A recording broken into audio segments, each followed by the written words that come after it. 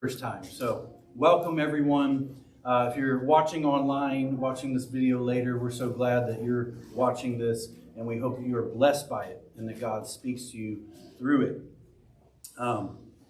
So imagine you are at home and you filled up a glass of water. You filled up a glass of water and you took a few sips of it, and then you put it near a windowsill. And then you forgot about it for a few days, okay? And you come back a few days later and you find that the glass is empty. And let's pretend for this hypothetical situation that you live alone. There's nobody else that lives in your house with you. And you know for a fact that you have locked the door every time you left. And every time you came back, the door was still locked, okay? How did the glass get empty? How did the glass get empty? Let's think of all the possibilities. One possibility is, it's possible someone could have broken into your house. They broke in, they drank your water, and then on their way out, they locked the door back. It's possible, right? Not very likely, but it is possible, isn't it? Okay, what's another possibility? Maybe you were sleepwalking. You got up in the middle of the night, you didn't even know it, you were sleepwalking, you drank that water, and that's how the glass got empty. It could happen, but you don't typically sleepwalk. You've never sleptwalked before in your life, as far as you know. And you probably would have woken up to a wet bed, maybe. What's the most likely possibility of how the glass got empty? It evaporated. Thank you, sister. Appreciate that. It evaporated. Wouldn't you all agree that's the most likely? Now, all the other possibilities are possible, but they're not very likely. This is the most likely explanation, is the water evaporated. You set it next to a window, it evaporated. Nobody else lives in the house. Nobody else could have drank it, right? Now, you didn't see the water evaporate, did you? You didn't see that happen, but you still believe that that's what happened, even though you didn't see it. We don't have a story in the Bible where some eyewitness saw Jesus come back to life, as far as we know, and saw him walk out of the grave.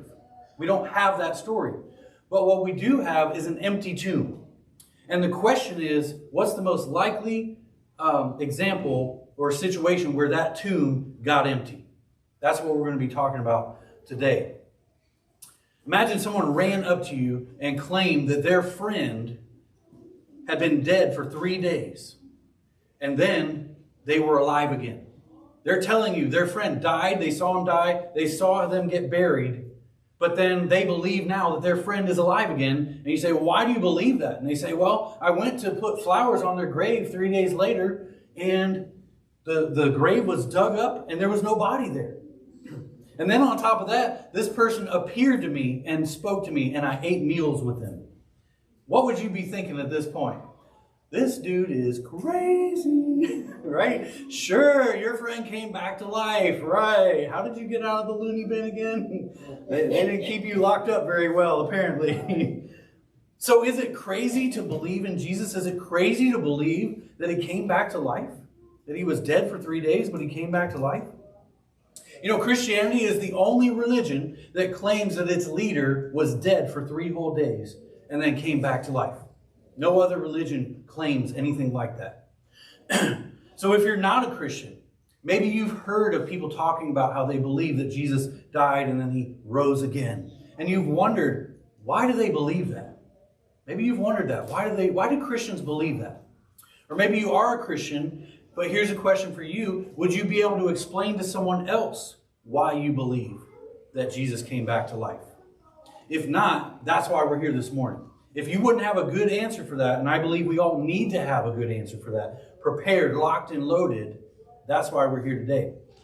Josh McDowell, who has written many books about defending his faith, he writes about how he set out to disprove Christianity. And you know the one thing why he became a Christian that he couldn't disprove? The resurrection. He could not disprove it. He tried. He tried his best to say, no, that didn't happen. And yet he couldn't do it. And so he became a believer. He thought the resurrection was a myth. He went out to bust it. And in the end, he couldn't bust it. So today we're going to be Mythbusters again. How many of you in the crowd, be honest, live by the 5-second rule? How many of you know what the 5-second rule is? Hey, if you drop some food on the ground, as long as you pick it up within 5 seconds, it's still good. It hasn't picked up any germs. Is that true, though? That's the question. Is that true? Well, Mythbusters put it to the test. Guess what they found? It's not true. It doesn't matter if the food is on the ground for 1 second or 5 seconds or 10 seconds, even 1 second, it still picks up the same amount of germs as in 5 or 10 seconds. Myth busted. That's going to change some of your eating habits today. I just know. I hope it is anyway. Some of you may have seen movies where people were supposedly flying with balloons. Curious George was one of those movies. It was a cute little kids movie. And maybe you wondered to yourself, could a person really fly by just holding on to helium balloons? Well, again, we can thank Mythbusters. We don't have to worry or wonder about that because they went on the David Letterman show and they made Paul Newman fly holding balloons. Guess how many balloons it took to lift one man off the ground? Let's see if we got a picture of this. All right, and then the next one. There we go. Oh, it was just about to pop up. Keeps wanting to go away. There it is. Yeah. Look at how many balloons that was. That's a lot of balloons. But it actually did lift him off the ground. You really can fly using helium balloons.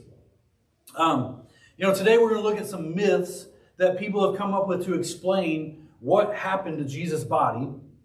And once again, we're going to be Mythbusters for Jesus and see if we can bust these myths. Turn to Matthew chapter 27. Matthew chapter 27. And remember that last week we looked at the myth that Jesus, the great illusionist, the master illusionist, just faked his own death. And he didn't actually die on the cross, that he was just given a drug of some type, and he just passed out on the cross, and then the cool, damp air of the tomb woke him back up. Well, we busted that myth, seriously, last week. There's no way Jesus survived the floggings. He might not have even survived the floggings, much less than being nailed to the cross, plus the spear thrusted in him. There's no way he survived all that. And that's important because we have to believe that if we believe that Jesus rose from the dead, that means we have to believe that he first really died, right? We have no miraculous resurrection if we aren't for sure he died. So we're sure he died from last week's lesson. Now we talk about why are we sure that he rose from the dead. So Matthew 27 verse 54. And right before this, we read about Jesus' death on the cross. And when he dies, the temple curtain is torn in two, and there's an earthquake. That's what has happened right before verse 54. When the centurion and those with him who were guarding Jesus saw the earthquake and all that had happened, they were terrified and exclaimed, "Surely he was the Son of God." That's amazing. Just something about that moment and the way he died made these Roman soldiers go, "Whoa, surely he was the Son of God." That's amazing. I mean, they had seen lots of deaths, right? Lots of deaths by crucifixion, but something about his death made some of them believe. Many women were there watching from a distance. They had followed Jesus from Galilee to care for his needs. Among them were, who were they? Mary Magdalene, Mary the mother of James and Joseph, and the mother of Zebedee's sons. That's important. Remember those women's names. As evening approached, there came a rich man from Arimathea named Joseph, who had himself become a disciple of Jesus. Going to Pilate, he asked for Jesus' body, and Pilate ordered that it be given to him.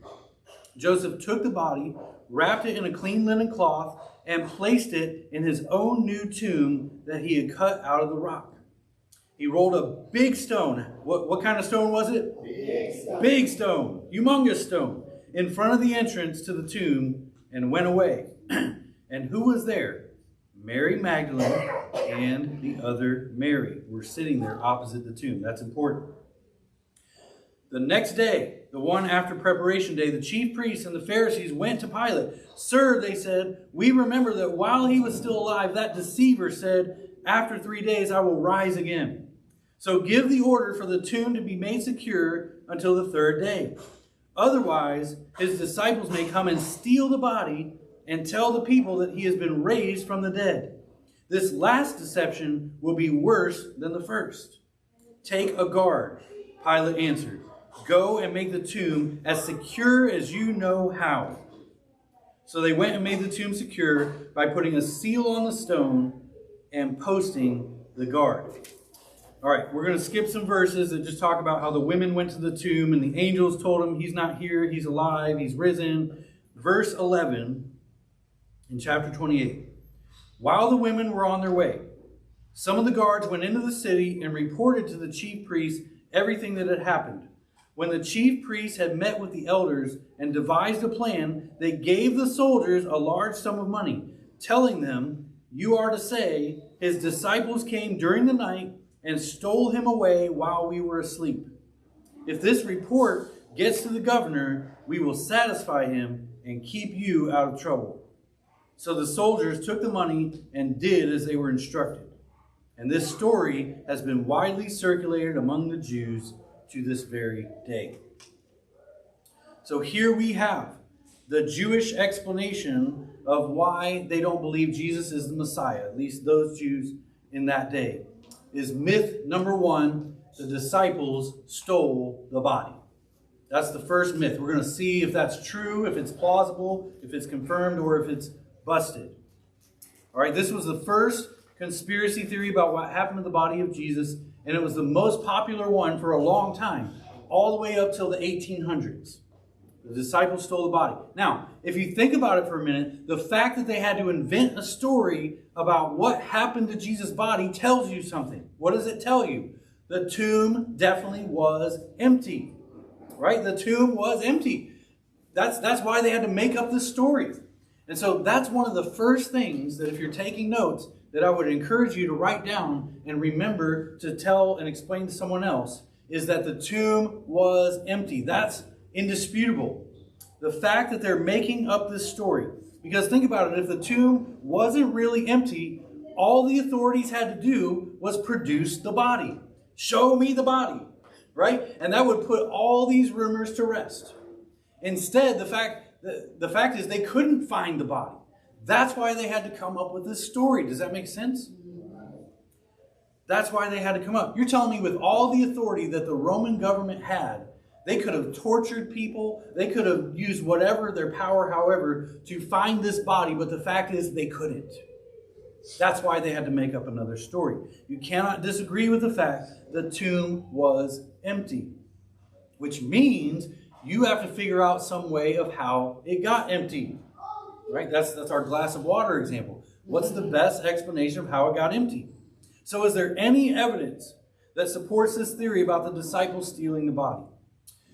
Well, anyone who's read a good mystery novel or watched a good courtroom drama knows that the two things you need to convict someone in court to prove them guilty is motive and opportunity.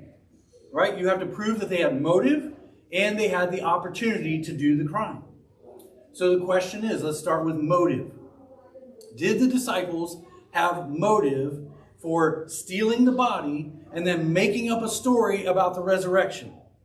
Think about, what did they have to gain from spreading that story? All they got for telling people that story was persecution and death. Right? Like, that's all that led to, was people persecuting them, and then eventually all 11 of the 12 disciples were killed in horrible ways for their faith. And, so if they stole the body and then made up this story, these guys are kind of stupid, because then they got killed for that story. Right? Does that make sense? Yes. I mean, they would have to be idiots. I believe that if that's the way it really happened, they would have given up at the point they were about to be killed, don't you? Like, okay, you got me. I made up the story. It's not true. But the fact they hung in there because they were so sure they had seen Jesus alive again, right? That should tell us something. So they didn't have motive. What about opportunity? If they did steal the body, they would have had some major challenges. Major challenges. All right, let's think about sneaking past the soldiers. Sneaking past the soldiers and rolling a humongous, what kind of stone was it? A big stone. Rolling a big stone away from the tomb without waking up the soldiers. I don't think so. I don't think so. If they had fallen asleep, surely that stone would have woken them up. Right? And then Roman soldiers would have been punished if they let the body go. Guess what the penalty would have been for letting the body go of Jesus? Guess. Yeah, the death penalty. These soldiers were held responsible, and if they let this body be taken away, it would have been the death penalty. So we're not just talking about trying to stay awake until Santa Claus comes, like I did when I was a kid, trying to stay awake till you see him in the sky. No, we're talking about you stay awake, or if you fall asleep, you get killed if you let this body go. And so there's no motive, and it's very unlikely that the disciples had an opportunity to pull off a scam like that. So I don't know about you, but I'm confident to say that this myth is busted. Busted. Now, we could go on about this theory, and many have written about how secure the tomb would have been, and about the seal that they would have, a wax seal they would have put across the front, and how many soldiers would have been there. They would have had a whole guard of soldiers, and on and on and on. But one of the points that the Case for Christ makes is that nobody really takes this theory seriously anymore. And that's why they've made up new ones, like myth number 2. Jesus' body was eaten by dogs. So in June of 2000, Peter Jennings, you remember Peter Jennings? Yes. He did a special called The Search for Jesus. And he interviewed a guy named John Dominic Crossan. And he revealed his theory of what really happened to the body of Jesus. So he says that if you go back in history, it shows that crucifixions, they would oftentimes leave the people up on the cross, just leave them there, and birds and wild animals would eat the body off the cross, or they would just throw all the bodies of the people who had been crucified into a mass grave. Just dug a ditch and threw them into a mass grave, and dogs would have eaten the body. And so John Dominic Crossan says, I believe that's what happened to Jesus. His body was eaten by dogs. That's why we don't have a body. That's why they couldn't find a body. Well, basically, to bust this one, it comes down to one thing, really. Do you trust the Gospels, Matthew, Mark, Luke, and John, that tell about Jesus or not? And if Case for Christ has a really good chapter on why we can trust the Gospels. You can go read that chapter in the Case for Christ. Or you can go back 2 lessons before this one on the fulfilled prophecies of Jesus. Remember that lesson? All those prophecies, 48 major prophecies that were made about the Messiah, it's proven historical fact that they were made hundreds of years before they came true, and they happened exactly the way it said. The Bible can be trusted. How many of you believe that this morning? Amen. The Bible can be trusted. There's no other book like that does that. No other. And that's just 48 of them. There's more, but we talked about the 48. And then, if you want to go back to September 20th, 2020, I did a lesson on why we can trust the Bible. So you can go back to that on our YouTube channel, September 20th, 2020, why we can trust the Bible. But here's one interesting thing we need to think about. One thing that all 4 Gospels mention is that Joseph of Arimathea took the body to be buried. That's interesting.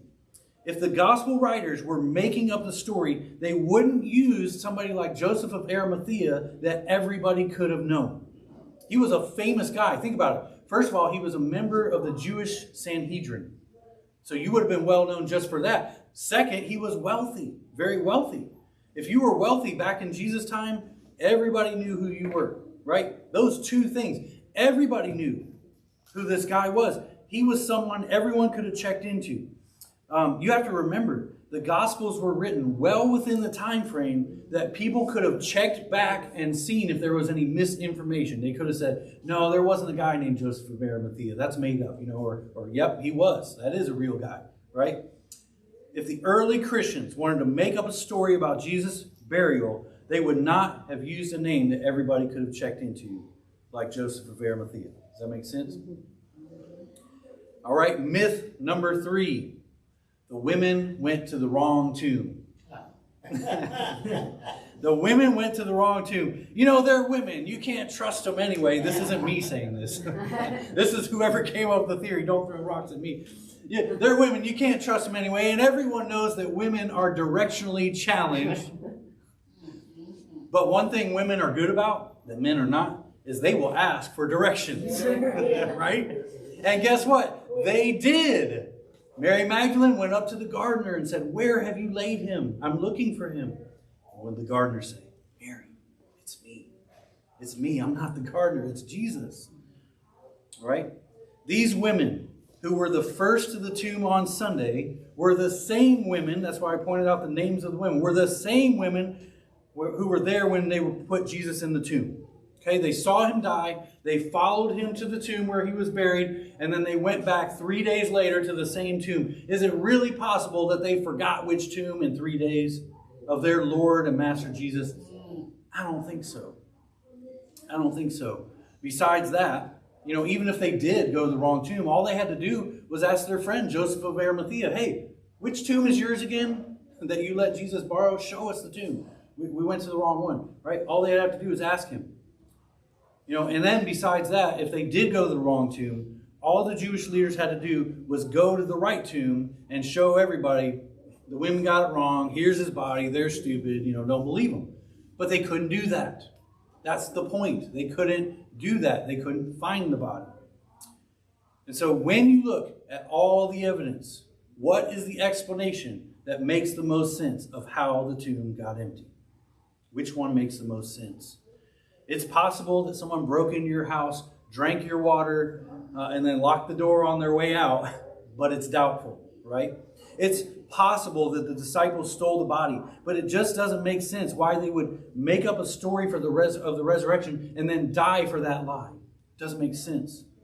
It's possible, like Crossan says, that Jesus was no different than any other criminal and just got thrown into a common grave. But then why did the gospel writers make up a story about such a well-known person burying the body? It's possible that the women went to the wrong tomb, but I don't believe they forgot where his tomb was in just those 3 days. The best explanation for how the tomb got empty is Jesus rose from the dead. You believe that this morning? Yes. And so when someone asks you, why do you believe all that Jesus stuff? Why do you believe that? It seems like a pretty far-fetched story. I would think someone was crazy if they told me their friend died and then 3 days later came back to life, you know. Is there good reason to believe that? Yes, there is. People who have investigated this, they have come up with, you know, this is the best explanation. So when someone asks you, why do you believe all that Jesus stuff? The biggest part of your answer should be because of the resurrection. I believe Jesus rose from the dead. And then, why do you believe the resurrection? Because of the empty tomb. That needs to be your first big reason. So I believe in the resurrection because of the empty tomb. And next week, we're going to talk about, this is one I'm really excited about, is the appearances that Jesus made to his disciples. Yes. That one is my favorite lesson in this whole series. And so I hope you can come back next week, listen to the next lesson. Why do I believe in Jesus? Because of the resurrection. Why do you believe in the resurrection? Because of the empty tomb. And next week, you'll learn why. Because of the appearances. Jesus appeared to many people, showing himself to be alive again. So on the back of your programs, I've got some next steps that you can check and decide if you want to do. If you want to continue learning about why the Christian faith is solid and we can stand on this firm, I have an online article that ties in with this lesson. It's a very short article. It's not long. You could go and read that if you want to do that. Just check that box. You could listen to chapter 12 in the Case for Christ. I just boiled it down for you, but if you want to hear like the whole chapter, I didn't go into as much detail as they did. Listen to that on the Hoopla app. It's free through the Columbus Library. Listen to chapter 12. What about this? Invite someone to watch the Case for Christ movie on YouTube. That would be a good thing to do. You know, share this movie with someone else. Don't just watch it yourself. Invite someone else to watch it. It's a really inspiring movie. It's free on YouTube. Anyone can watch it. And then maybe you want to share with someone else the points from today's lesson. You know, the best way we remember stuff is when we tell someone else, when we write it down, and then if we quickly share that information with someone else, we're much more likely to remember it. And so share the points from today's message. 1 Peter 3:15 says, always be ready to give a defense to anyone who asks you to give the reason for the hope that you have. Always be ready to make a defense to anyone who asks you to give an account for the hope that you have. And then it says, but do this with gentleness and respect. Always be ready to give an answer. What's the reason for the hope that you have? What's the reason for the hope I have? Jesus rose from the dead. And if God can raise Jesus from the dead, that means he can raise me from the dead. After I'm dead and gone, and Jesus comes to take his people back, I believe he can raise me from the dead as well. I have hope today. I have full confidence that if Jesus came back today, I'd be going with him. Do you? Do you have that hope? I hope you do. And if you don't, please come see me. We're gonna sing a song. Russ is going to get up here and he's going to lead us in a last song. Yes, ma'am. You said 1 Peter 3:15. Okay. Russ is going to lead us in a song. And if you're sitting there this morning and you're going, I'm not sure if Jesus came back today that I would go with him. I'm not sure of my eternal destination. There's heaven and hell. Those are the two choices. There is no other choice. And if you're sitting there saying, I'm not sure 100% that I'm going to heaven, we need to take care of that today. Don't put that off. Don't wait. We're not guaranteed a tomorrow. How many of you know that's true? We are never guaranteed another day. We could leave out here today and get killed in a car crash. I hope that doesn't happen, God forbid. But it's real. It's the reality. And so if you're not sure 100%, come see me in the back here and let's talk. Let's talk about where you're at and the next steps that you need to take to be sure. And that's not just someone who's not a Christian at all. Maybe someone's in the room today that's not a Christian at all and they've never taken any steps. There might be some people in the room today that have been Christians for years, but they have these lingering doubts in their mind. Don't leave here without trying to address those doubts today. Okay? In 1 John 5:13, it says, I have written these things so that you may know that you have eternal life. That you may know. We're supposed to know 100%. Not think, not guess. Know. So if you don't know 100%, come see me. Thank you, Russ.